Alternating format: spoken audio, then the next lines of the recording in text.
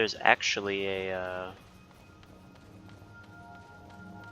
kill Marcus and his Jade armor guards, find this here. There's actually a way you can save time going through this mission by cutting through some areas that have Mersat. And we might try them just to make the bonus work out better, but at the same time I'm not sure if that's the best choice, because when you get Mersat in large numbers, especially before you get the infusion, it's pretty brutal.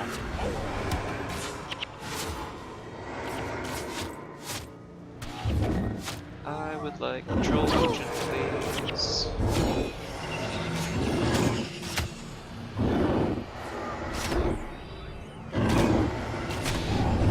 God, cracked armor, man.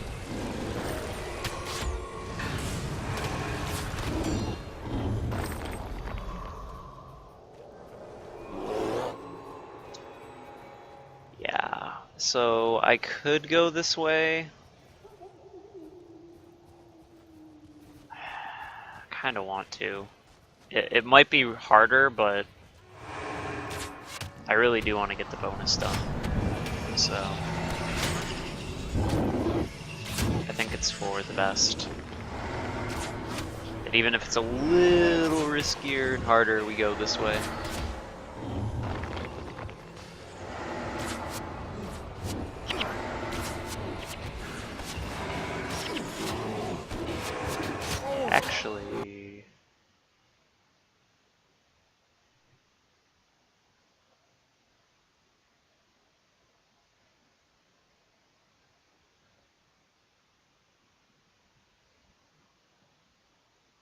Actually, I don't want to do this.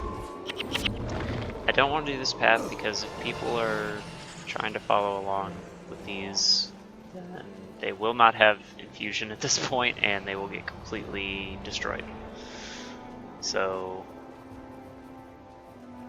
in the interest of that, we're going to do this the potentially slower way, but I think we can still do the bonus just fine. So, we'll see. I've never done the bonus, so I don't even actually know what I would be looking for, even if we did go the alternate way. All I know is the alternate way has nothing but Mersat and Jade constructs, so it would be very difficult for us with this party.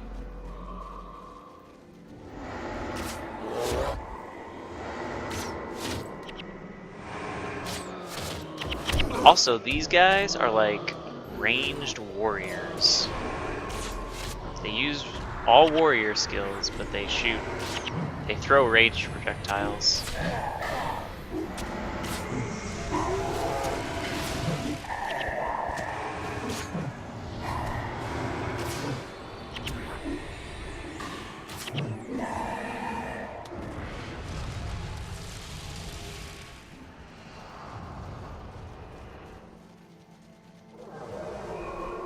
It's a bar.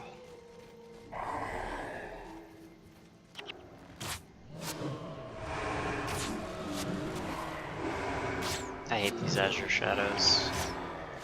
Basically what they do is they just are all smiting prayers, which is a line in the monk class.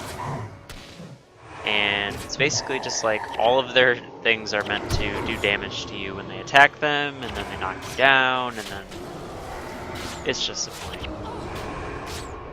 Pretty much every monk enemy in this game is annoying. Aw, that poor black bear. He got aggroed.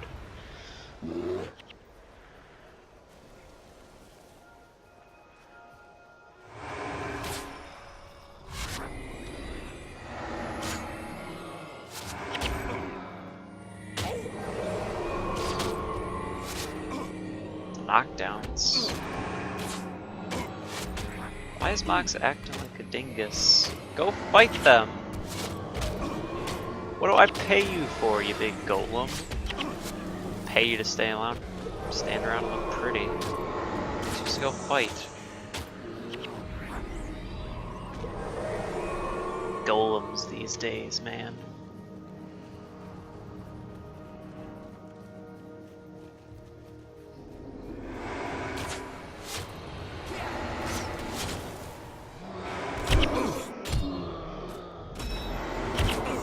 Time to get knocked down like 5 times in a row.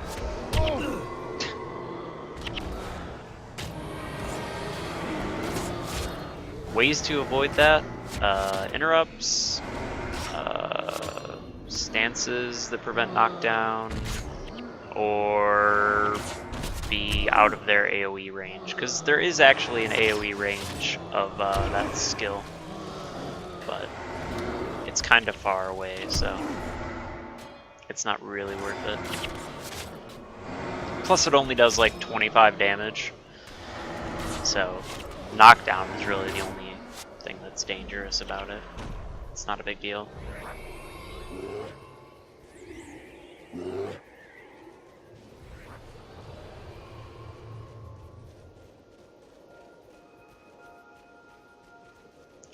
Ooh, trolls.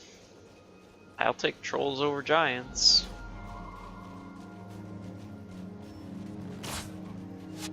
Even though they're loud.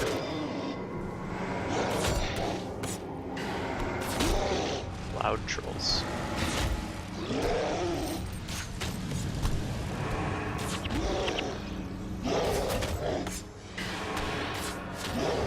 Battle rage.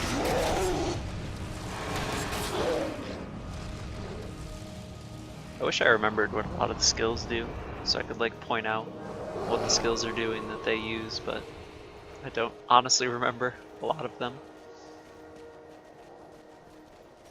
It's been so long.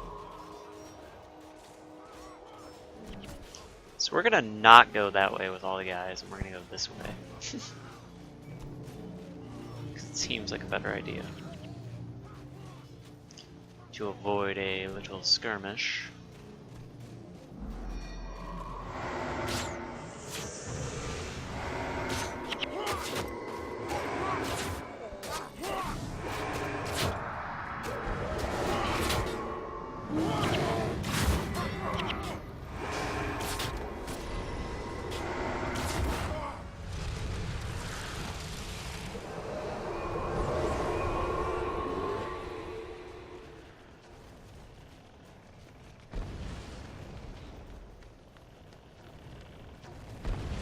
Hey, White Mantle Engineer, guess what? I don't want you bombing things. So you can die. You know who can die next? This priest. Because this guy is not a friend.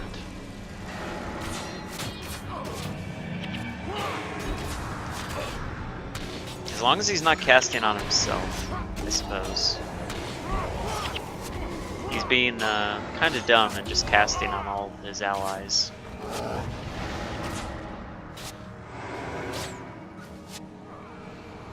Cool. Do a little loop.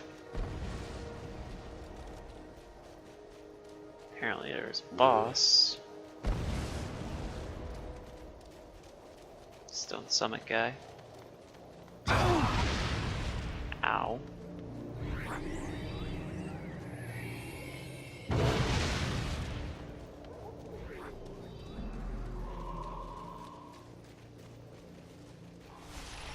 Going to attempt to avoid the majority of that nonsense. But we do want to kill the boss so we can get morale. Morale always very important.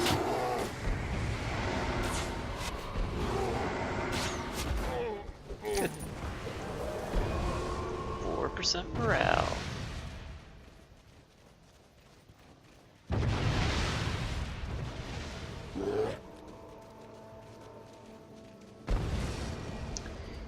And then we'll loop around and grab a decent boss.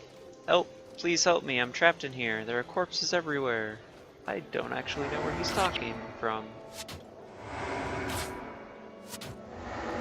Probably from where that pinging is. But we cannot actually save him right now, I don't think.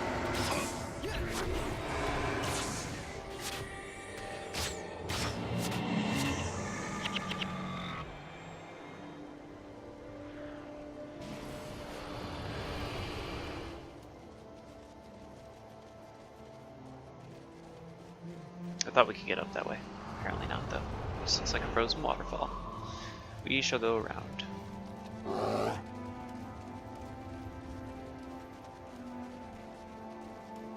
So yeah, we can hear Ryder, but I'm pretty sure he's inside that little encampment, and we can't get in there right now. We need to backtrack there once we're in a different spot in the mission.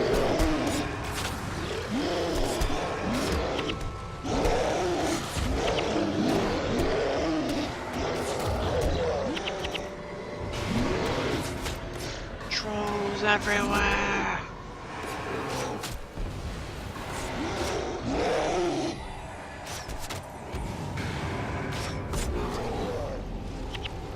Yeah, so that is where Ryder is, but we can't get in there right now.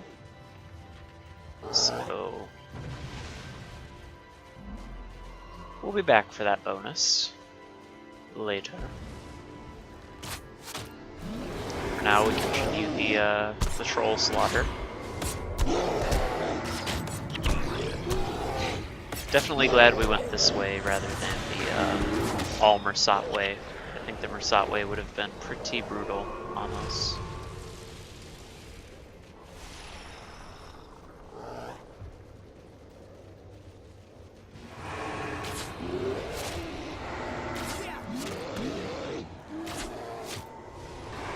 Can I actually check? Is it like saved or infused? No, it doesn't. Well, maybe it does if I actually got infused, but definitely doesn't say they are now. So I'm led to believe that no one has infusion of my heroes except me.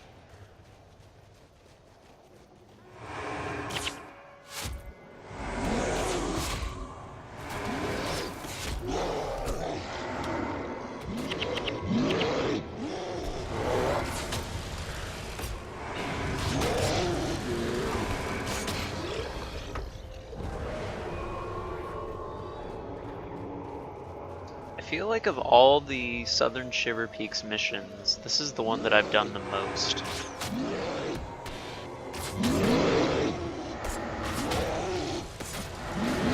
Probably for the exact reason that I mentioned earlier, where infusion comes in handy later in Guild Wars Beyond content. So I probably had to come back here to get infused for that nonsense. Though it was probably on a different character, because I do not actually play my Ranger very much, despite the fact that he was my first character.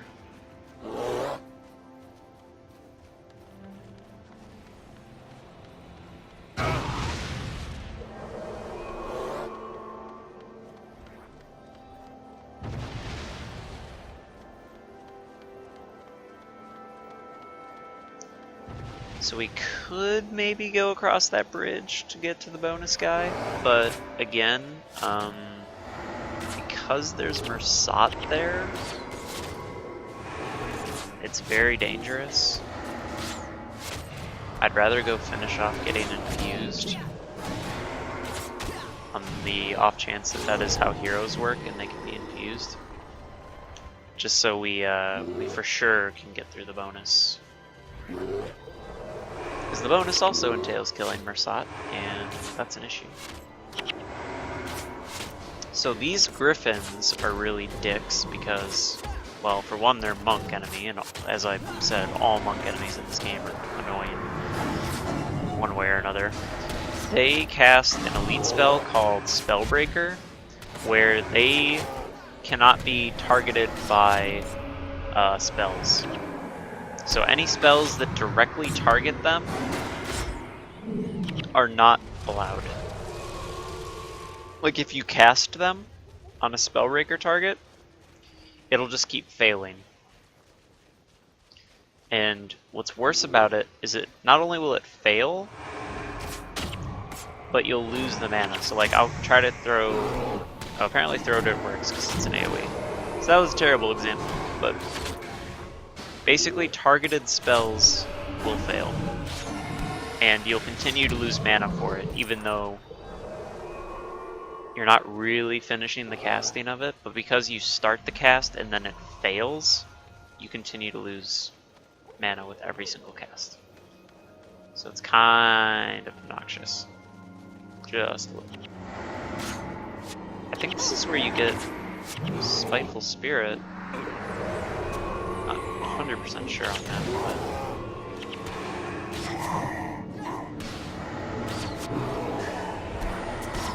This is the Spiteful Spirit guy. Deal 37 damage to target and adjacent foes whenever they attack or cast a spell. It's basically... So basically every time an action is taken by an enemy, that enemy and all adjacent enemies take damage. Spiteful Spirit was one of the strongest elites for Necromancers in Guild Wars 1. It still probably is. I don't think that will have changed. But it was also... there was a farming strategy called 55 SS. 55 being a monk, and the monk would basically be spamming a protection skill called Protective Spirit, where they couldn't take more than 10% of their max HP in a single hit. So what the idea behind the build is, you would drop your HP all the way down to 55, and then you would have these protection skills along with high regen, like very high regen.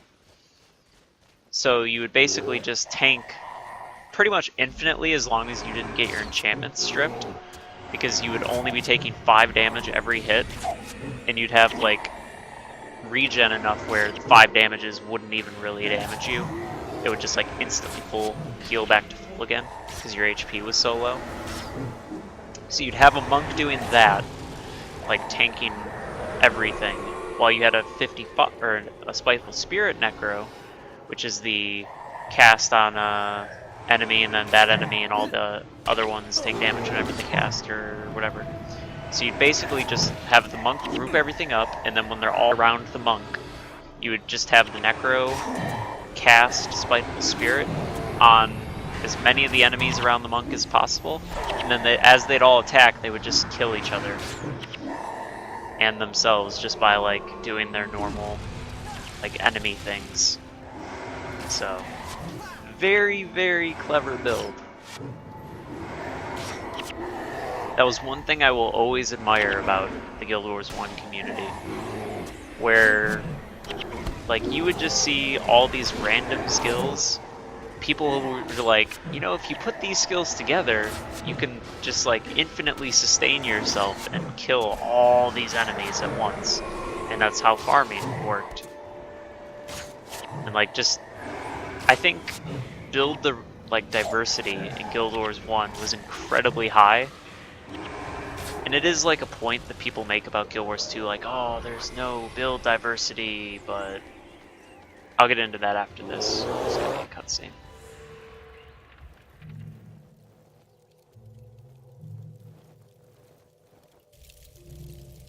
Yes, yes.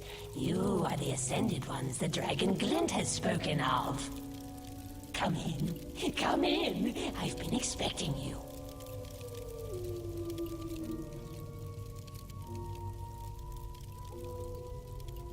Who are you?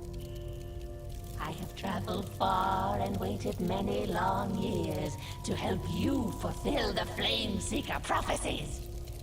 What matters is that I am here to help you. We're listening. By now, you have realized that the Mossad cannot be defeated with the tools you now possess. Yes. Go on. For centuries, my kind has fought the Mersat. I know the rituals that can give you at least some protection from their agonizing touch. And you will perform these rituals for us? Yes, But why? Why help us? because if the prophecies are to be believed, you will do what my entire race could not. You are going to destroy the Mersat. What would you have us do? In a cave to the east lies a bestial creature made from malice and shade. This creature has a natural defense against the magics of the Mersat. Bring me the spectral essence of this beast, and I will infuse its protections into your armor.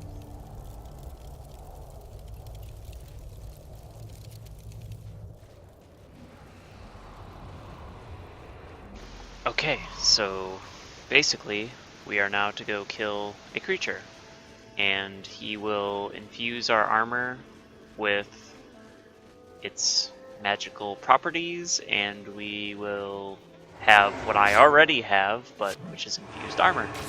And then we will all take less damage from spectral agony, which is a good thing.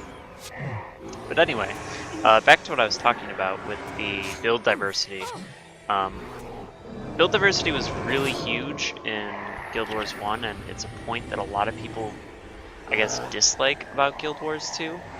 But I think the problem is that while yes, there is less skills in Guild Wars 2 comparatively to Guild Wars 1, and you can't dual profession, so there's less diversity automatically through that sense.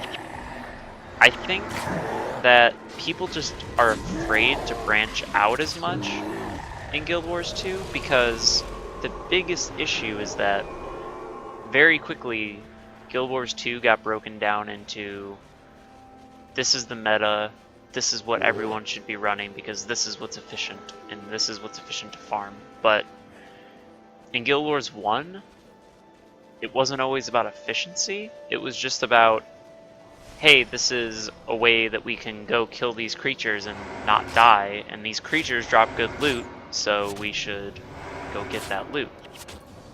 So it was kind of an interesting situation where, yeah, you could just go kill these creatures a bunch, but the problem with that is that, as I demonstrated in a much earlier mission, henchmen and stuff will get money that you pick up and stuff, and other stuff, like, you don't see it, but technically they are even taking drop slots, like things that would drop for players are dropping for the henchmen. It's not something you see, but it does technically happen in the background. So to combat this, people had to figure out ways to, okay, well, we could farm this with heroes and henchmen, but the problem is they're taking our money and like getting our drops that we should be getting. So people had to adapt to that and cut down the number of people so that you could efficiently farm the enemies while also having the lowest number of people so that more drops would occur for the players involved in the farm. So I think because there isn't that need for that like niche build that like just tanks for days and like farms things like that, you don't really need to do that in Guild Wars 2. So it's a mechanic that was pretty uniquely Guild Wars 1 because there's no need to farm like that because things like dungeons and open world like events and stuff exist. But in Guild Wars 2 and Guild Wars 1, there was none of that, so it was like, oh man, we need to really focus on these builds because these builds are going to be highly important. So, I don't know. It's like, yeah, you can argue build diversity, but at the same time, there is diversity potential in Guild Wars 2, it's just not needed or utilized to its fullest potential.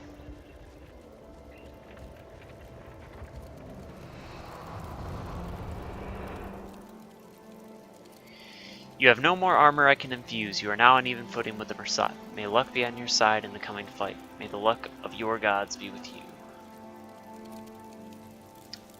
It's basically told me, what are you doing, you idiot?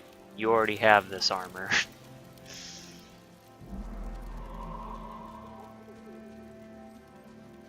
So now that we are infused, which, let me check. Does it say infused? No. That's interesting that it doesn't say they're infused. I feel like it should, for clarity's sake. Because if they're not infused, it means they're still going to get completely destroyed by these Persod. But now that we have done that, we can go do... We can progress toward the main mission, and then we will actually go past where we're supposed to go for the main mission to go backtrack toward where the bonus guy is, so we can get that done.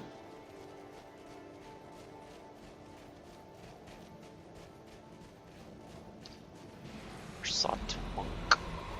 There's a monk and a white mantle priest.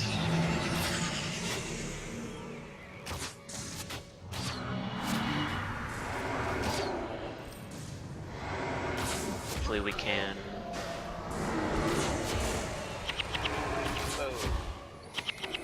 These mesmers are just completely dominating my energy pool. I like getting all of it taken away immediately as soon as the fight starts. So I can't spam my my barrage as much as I would like.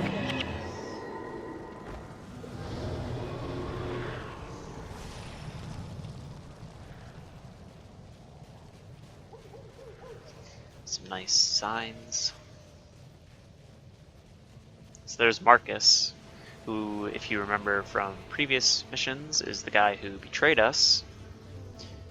So to finish this mission, we need to infiltrate that little fortress, but because that's the main mission, we actually need to go past that a bit and backtrack down through the side of the map we weren't done before to polish off our bonus, which I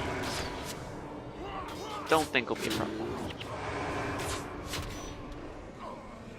Should be.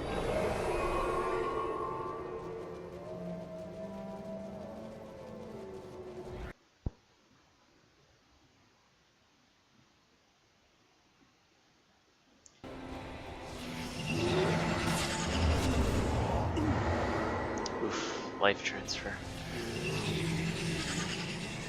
So there's two skills in this game that are very similar in what they do. The non-elite version is called Life Siphon, and it basically puts, I think it's like 3 or 4 degen. It's a hex. It puts 3 or 4 degen on an enemy, and you gain the same amount of regen that they have as degen. So basically, it's like, oh, this guy didn't die. You gain, if you give them 4 degen, you get 4 regen, and then it's like you sustain while they get drained. Anyway, there's that, and then the elite version of that is called Life Transfer, which is basically the same thing but on a much higher scale. So the maximum regen or degen you can have, well, actually I think they're different. Regen, you can have a max of 10. I think you can actually have more than that for degeneration. As my golem derps out and doesn't go fight again. But basically it's like a super life siphon, so you put like 8 degen on the enemy, and you yourself gain like 8 regen. So if you cast both on an enemy, you basically have 10 regen constantly. So, because in this game, as opposed to Guild Wars 2, lifesteal is actually a pretty good mechanic. Lifesteal is very powerful. There was actually a build that was very popular in PvP for a while called Touch Ranger, which sounds kind of wrong, but what the build did is it took secondary Necro and put a lot of points into two particular lines. It puts points into Blood Magic, which was where the Necro skills that stole life were, and it put points into Expertise, which Expertise for a Ranger is for each rank of Expertise, the energy costs of all your attacks, rituals, touch skills, like touch skills was the key word, and Ranger skills are decreased by 4%. So basically what you would do is you would take a very high Expertise level, pair that with high Blood Magic, and you would just basically run up, and there's two skills that were melee range touch skills that stole life, and you would basically just sit next to the person, spamming these two touch skills on them until they died, and you would live because you would just be constantly gaining life back.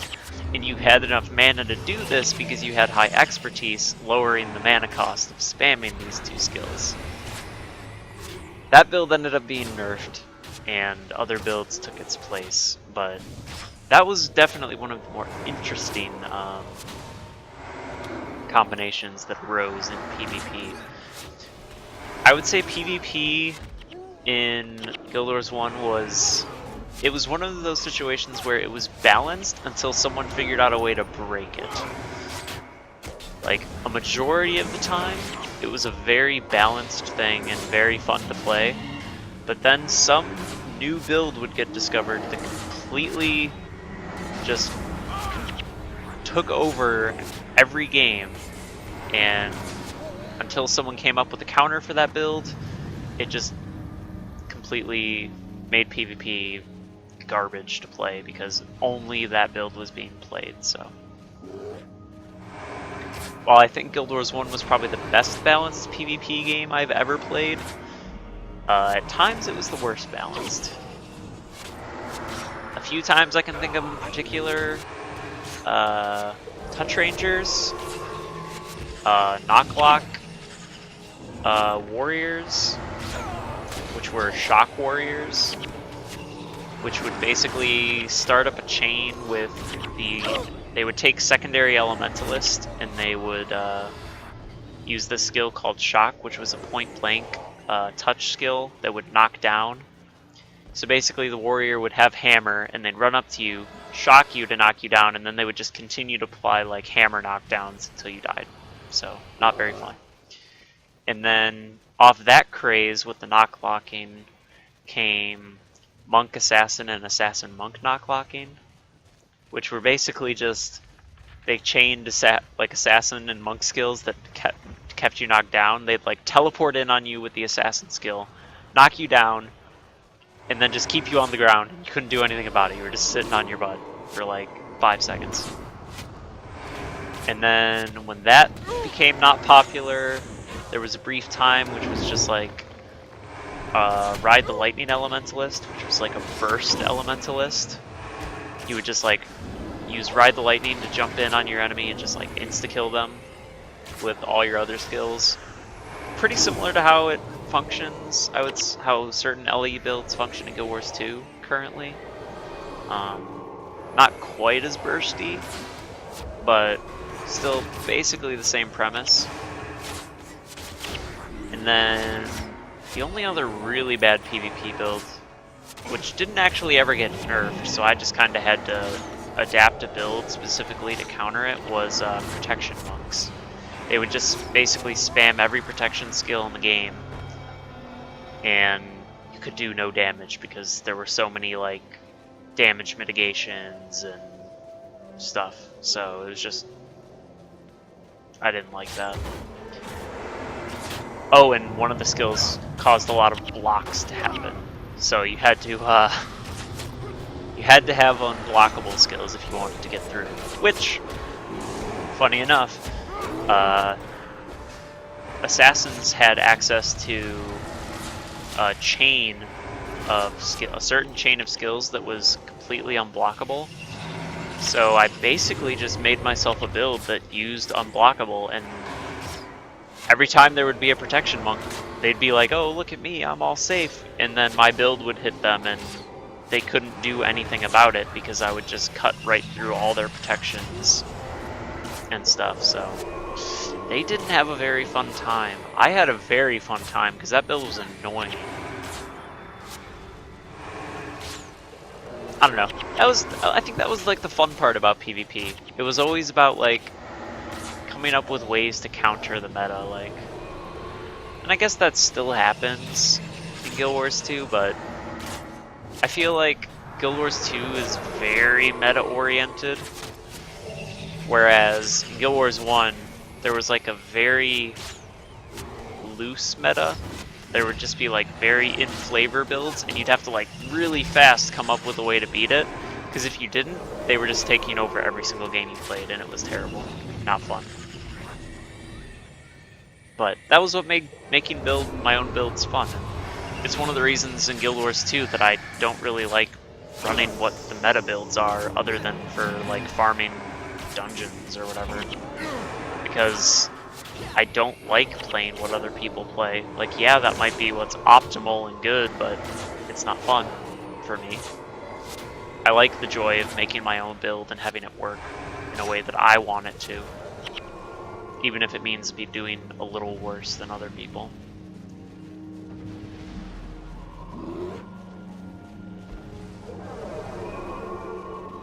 But that was a very long tangent. But it lasted us right until we're getting to the bonus, so that's a thing. You honor me. When I got caught, a Mersat called the Inquisitor interrogated me. He just took my thoughts from my head. He found out we were heading to Thunderhead Keep to help the dwarves. Please catch him.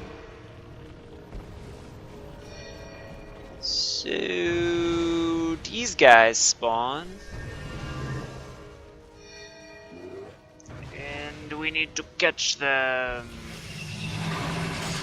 Luckily they're very nice and they stop when you enter their aggro range. What good guys they are. And then they stand in AoE and die like everything else.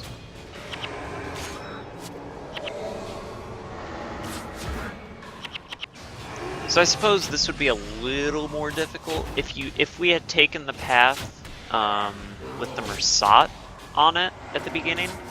We would have crossed this bridge and then worked our way up this way. So then all those enemies we cleared out on the way down here would have still been alive, and we would have had to completely fight all of those guys while trying to chase this guy down before he got away. So it actually worked out for the best that we did it the way we did. But that's the bonus. Got that bonus done. So now we can go finish. We can get our revenge on Mr. Marcus and his evil ways of betrayal. So we gotta get all the way back up here. And then we do Thunderhead Keep. And Thunderhead Keep is a very long mission. Whereas most missions you can knock them out in like 20 minutes or less. 25 if you're going for the bonus. Thunderhead Keep is a guaranteed 30 minutes. And the bonus for it is to light beacons to make more Mersat come and fight you. So the bonus is kind of to make the mission even harder. So not only do you have to like endure this like 30-minute long like just giant wave defense, but then on top of that you have to signal more Mersat to come, so your wave defense is even harder because there's even more things coming at you. If there was ever a mission I thought, oh my gosh, we are probably going to fail that several times, it's unfortunately Thunderhead Keep. And because it's so long, I'm really scared about failing it. I do not want to repeat that mission, but it may be necessary.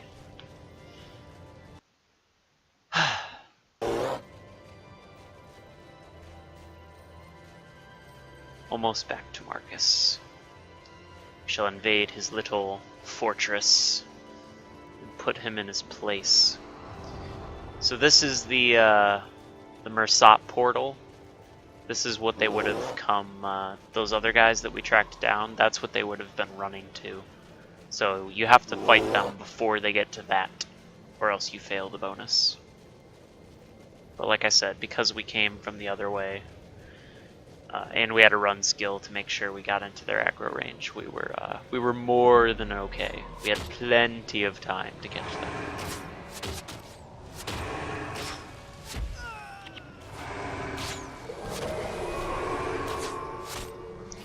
Remember when I said all these little statue things were going to be relevant later?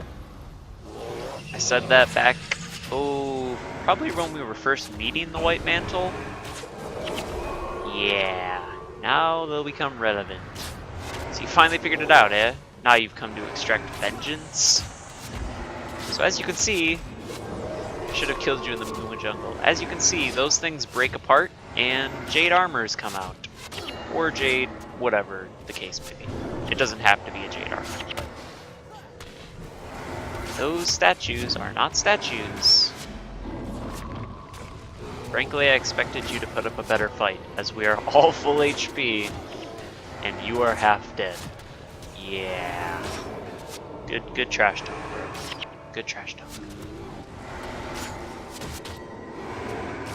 Stop running and die. Just die. Actually, Marcus is the one is the first chance I think you get to actually capture Barrage. So that's how you would get Barrage.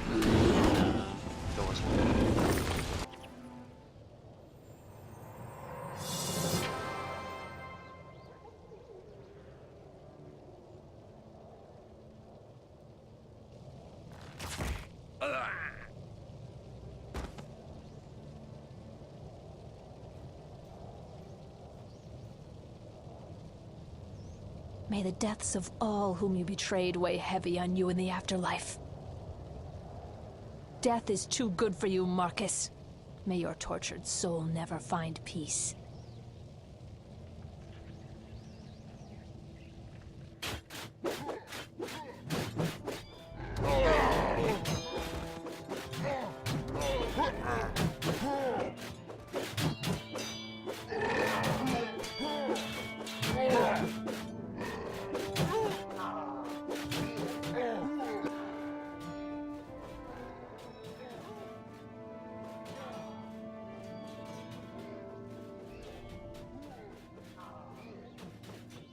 Brother, the portcullis has been breached. The 1st and 2nd regiments have fallen, and the stone summit has raised their flag over Thunderhead Keep. My king, the fortress is taken. Sound the horn of retreat, Breknar. We will cut our losses and regroup. Get yourself to safety, brother. Deldrimor cannot afford to lose its capital and its king in the same day. Guards, with me. We are leaving.